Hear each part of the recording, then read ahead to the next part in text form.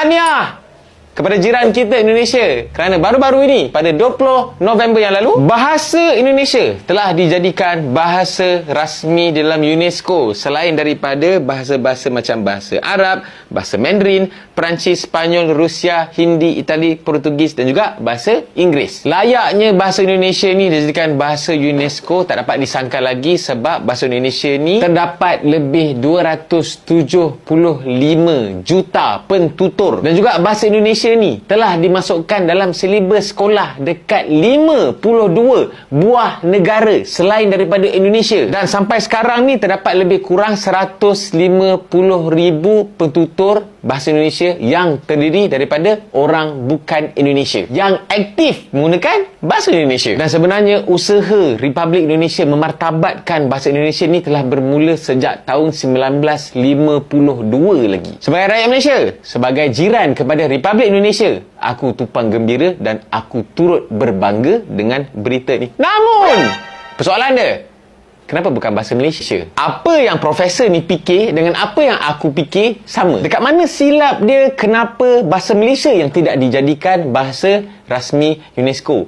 Koranglah punca dia. Tak kisahlah daripada yang duduk-duduk atas, menteri, bagai apa semua, sampailah dekat yang bawah-bawah. Daripada kalangan pemimpin, kau tengok dekat parlimen tu, berapa kerat je yang boleh cakap bahasa Malaysia elok-elok. Yang mana yang Melayu tu, Melayu lah. Tapi yang bukan bangsa Melayu ni, rakyat telah mula hidup di sebuah negara yang terpuluh-puluh. what? Diorang cakap Melayu kadang-kadang lagi bagus daripada orang Melayu tu sendiri. Lepas tu baru-baru ni kan ada content creator yang berbangsa India tu, yang orang sendiri terkejut. Ui, dia cakap Melayu memang macam orang Melayu lah. Tak kisahlah kau ni India ke, Cina ke, Melayu ke, bahasa Malaysia tu kan bahasa rasmi. Yang Melayu tak payah nak galak sangat lah. Korang pun bila jumpa Melayu dengan Melayu, borak-borak kadang-kadang aku cucuk dia dengar kan, borak dalam bahasa Inggeris. What you know me, I am you, what you doing here, I want to drink. Paling cadah apa? Sebab bagi korang cakap English ni barulah educated, nampak bijak. Cakap bahasa Melayu ni low class, tak nampak educated. Daripada pihak kerajaan sendiri pun tak kisahlah kerajaan mana pun, ada je aku nampak usaha-usaha nak memartabatkan bahasa Malaysia ni sebagai bahasa kebangsaan. Tapi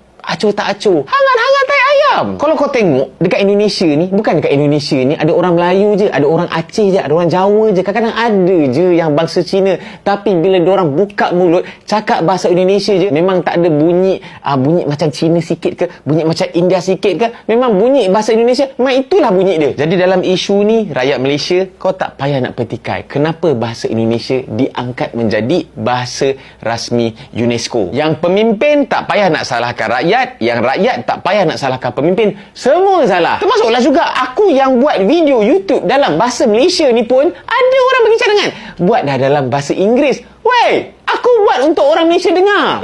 Tapi korang juga yang cakap, ui dekat Jepun tu, kalau kau nak pergi sana, kau kena belajar bahasa dorang tau. Dekat Korea pun, kau nak pergi sana, kau kena belajar bahasa dorang tau. Kenapa bila datang Malaysia je cakap English pun boleh? Aku tahu penyampaian aku ni macam tak tersusun, kucak-kacir sikit, tapi aku rasa kau dapat tangkap lah kan apa yang aku nak sampaikan. Tak payah nak cemburu sangat, tak payah nak petikai kenapa bahasa Indonesia diangkat menjadi bahasa rasmi UNESCO untuk Republik Indonesia dan warganya.